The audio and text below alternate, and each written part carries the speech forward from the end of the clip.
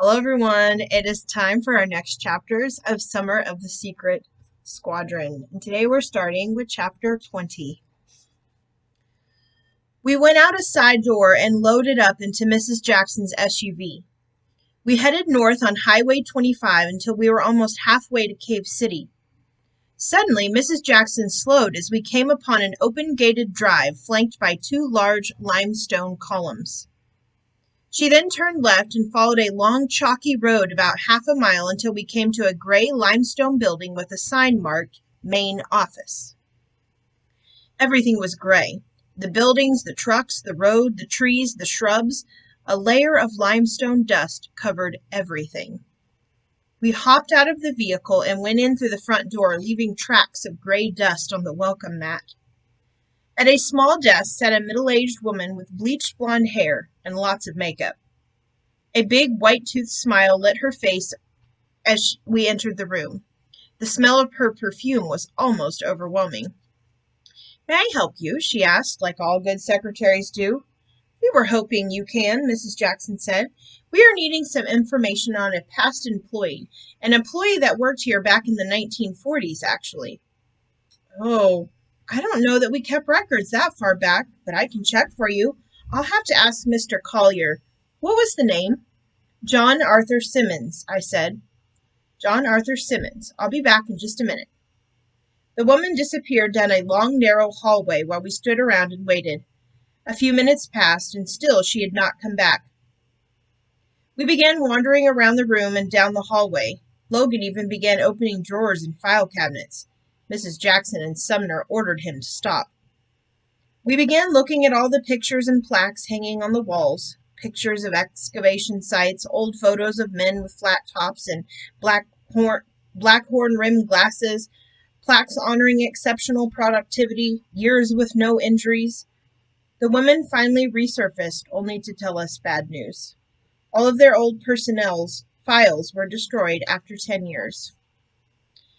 Mrs. Jackson, Sumner, and I thanked the woman for her time and turned to leave. "Logan, we're leaving," Sumner said as he and I followed Mrs. Jackson out the door. "Hey guys, wait," Logan said, staring at a plaque on the wall. "Come over here." We called Mrs. Jackson back into the office and walked over to where Logan was standing. "I know what happened to John Simmons," Logan said, pointing to a plaque on the wall. I read the words out loud. "In memory of those who died, December 8, 1944, from an accidental explosion. John Arthur Simmons, Raymond Stanfield, Anthony Smith." Underneath a piece of plexiglass attached to the plaque were their yellowed obituaries, including a picture of each of them. Mrs. Jackson read the obituary. "John Arthur Simmons, 38, of Batesville, died suddenly from an explosion at Arkansas limestone plant in Bethesda, Tuesday, December 8, 1944. Born March 13, 1906 in Russellville, he was the son of William Earl and Lucille Simmons of Russellville. He was the plant manager for Arkansas Limestone Company of Batesville. Survivors include his wife, Mary Ellen, a son, Henry James, of Edinburgh, Maryland." "Did you hear that, boys?" Mrs. Jackson asked. "Edinburgh, Maryland!" "What does that mean?" I asked. "Is Maryland where they were originally from?" "Well, I don't know, but it usually means that is where they were living at the time of death." "Why would they be in Maryland?" Sumner asked. "I'm not sure. It may be that they were planning a move and Henry and his mother went on ahead, leaving Mr. Simmons here to complete the work and sell the house. It could be that they were going to get a divorce or something like that. But what it means to us is that Henry was still alive when they moved from your house. For whatever reason, Henry left all of those things, and it wasn't because he died." "You're right," I said, finally getting to the point. "Doesn't that make you feel better, Benjamin?" Mrs. Jackson asked. "Sure does," I said with a sigh of relief. "So does that mean he could still be alive?" Logan asked. "He definitely could be," Mrs. Jackson answered. "Well, did you find what you were looking for?" the secretary politely interrupted. "We sure did, right here on the wall," Sumner said. "I'm sorry I wasn't more help. That plaque has been on the wall for years, but I've never really paid much attention to it, besides to dust it." "I'm glad I'm just glad Logan noticed the name on the plaque, Mrs. Jackson said. I think we have everything we need. Thank you for your time. We piled back into the car and made for home. I felt like a heavy burden had been lifted off my shoulders. It was still bizarre how much that picture of Henry looked like me, but at least I didn't have to lay in bed every night and wonder if he had died in my room. Why he left all those things behind was now an even greater mystery, but it was a mystery that I could sleep with. If Henry moved to Maryland, there's probably no way we could ever track him down, Sumner said. I don't know about that, Mrs. Jackson interjected. Now that we have the internet, we just might be able to locate him using an online search.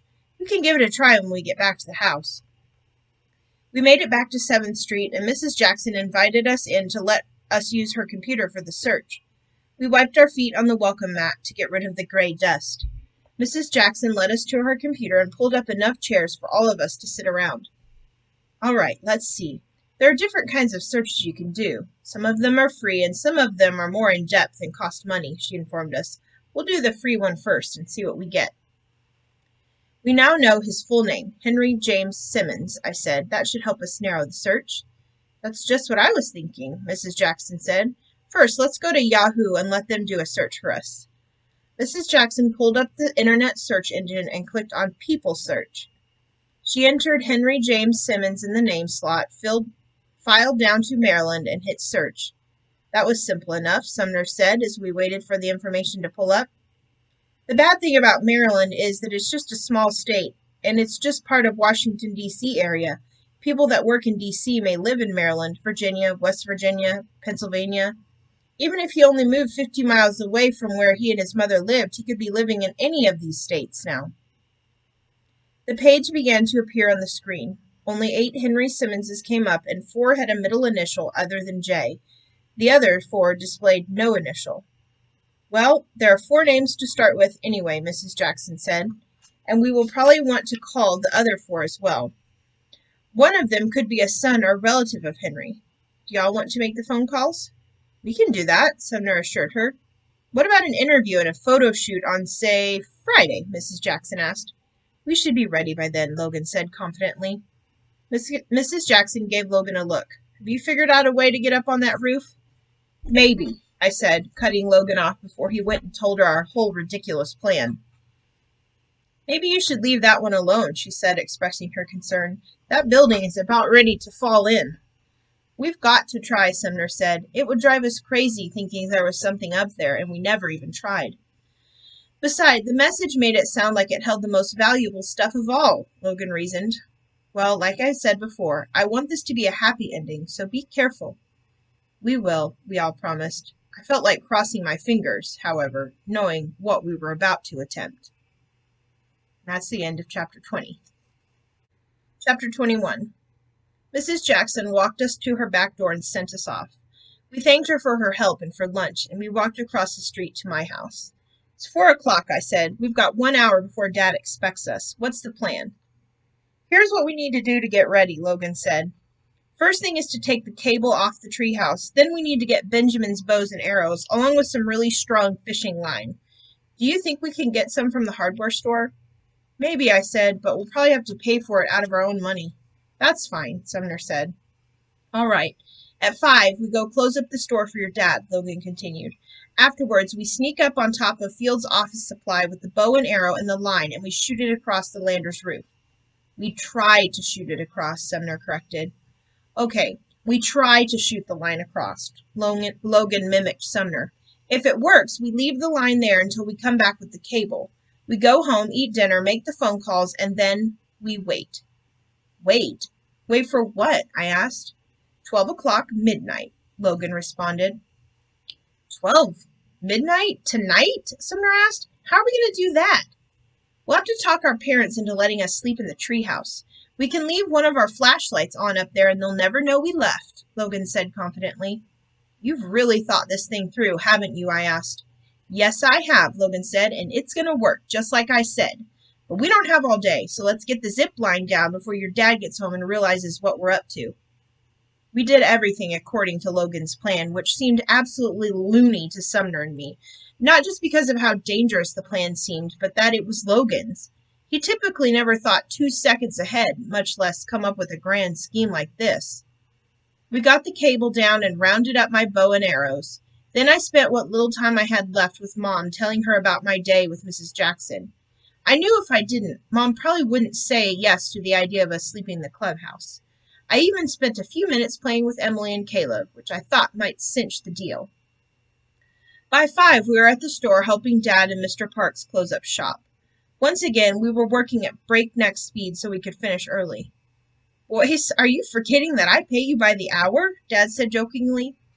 "We've got something we need to do right after we finish here," I said, not taking time to slow down. "What about supper?" Dad asked. "Oh, it'll only take a few minutes, I think." "I see," Dad said.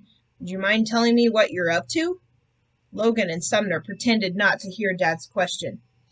"Do I have to?" I asked, stopping long enough to look humble. "I mean, it's just that we decided to call ourselves the Secret Squadron, and this is one of our secrets." I hoped Dad would accept my logic. Dad laughed. "I guess it wouldn't work very well if the Secret Squadron had to give out all of its secrets." "Exactly," I said, going back to work, hoping Dad would drop the subject. As we were finishing mopping the floors, I stopped by the sporting goods aisle and found a spool of 50-pound test and kept it with me as I mopped. We completed our duties and made our way to the front where Dad was locking up. "Dad, we're needing some strong fishing line," I said, holding up the spool. Dad leaned over and darted his eyes as if someone was listening in on our conversation. "You need that for your top secret operation?" he whispered. "As a matter of fact, we do," I said, hoping Dad would stop acting silly. "I'll put it on your account," he said. "Thanks, Dad. I'll be home as soon as I can." And that's the end of Chapter 21. Chapter 22. We went out the back door and grabbed my bow and arrows that we had camouflaged in a trash bag and made our way to Main Street and then to the back of the Fields building. At 5:30, most of the stores were closed, but there was a surprising number of people moving around downtown. We hoped we wouldn't end up shooting one of them. To prevent this from happening, Sumner decided to stay down while Logan and I climbed the fire escape up to the roof of Field's office supply. The fire escape wasn't one of those like you see on television where you have to jump up and pull the ladder. It was just a normal set of metal stairs on the outside of the building. Logan and I tiptoed up the noisy steps, even though it appeared as if people inside were already gone for the day. We made it to the top of the black tar-covered roof and walked over to the edge toward the landers. That was all it took. Once again, I realized why we had thought the scheme of Logan's was insane. "There is no way we can do this," I said, backing away from the edge. "Yes, we can," Logan insisted. "Just don't look down." "We have to look down. Sumner's going to signal us when it's clear to shoot the arrow." "I know, we have to look down now, but when we cross tonight, it will be just like in the movies. Don't look down." "I don't know," all I could do was shake my head. "Let's talk about it later. For now, let's get this line over the roof," Logan said, pointing. Logan took the fishing line, tied it to one of the arrows, and handed the arrow to me. "Here, Ben, you shoot better than me." "You're going to have to hold the spool so the line will come off easily," I said. "I know. I'm ready. Are you?" "I guess so." We looked over the edge for Sumner's signal. In a few seconds, he gave it, and I let the arrow fly. And fly it did, straight down into the alley below, along with the whole spool of line. "I guess I wasn't holding it right," Logan said. "I'll go get it and be right back." This time Logan made all kinds of racket as he raced down the stairs to retrieve the arrow. Logan was huffing as he made it back to the roof. "Let's try it again," Logan said, gasping for air. "This time I'll hold it good and tight." Once again, Sumner gave us the signal. This time the arrow took off to the lander's roof, only to stop short on the far wall as the line had snagged one of Logan's fingers. "Logan! I'm sorry. It's hard to hold on to it without stopping the line from coming off, but it almost made it." "Almost doesn't count except in horseshoes and hand grenades." "It will make it this time, I promise," Logan said as he began reeling the arrow back in. "It will have to, because I have to get home for dinner, or Mom will most likely say no to our sleeping in the treehouse." As luck would have it, Logan kept his promise. The arrow zinged across the rooftop and halfway across the parking lot on the other side. Yes, we did it, Logan cheered. I wasn't sure whether to cheer or cry. This meant that Operation Zipline was still on. We secured the line on our side while Summer unleashed the arrow and tied his end to an old drain pipe that ran alongside the building. Logan and I met up with Sumner in front of the theater. Well, I guess we're doing it then, Sumner said. We weren't up on that roof, I said. You weren't up on that roof, I said. It's terrifying up there. 3 words, Logan repeated. Don't look down. 4 words, I said. We gotta get home. Now. That's the end of chapter 22. See you next time.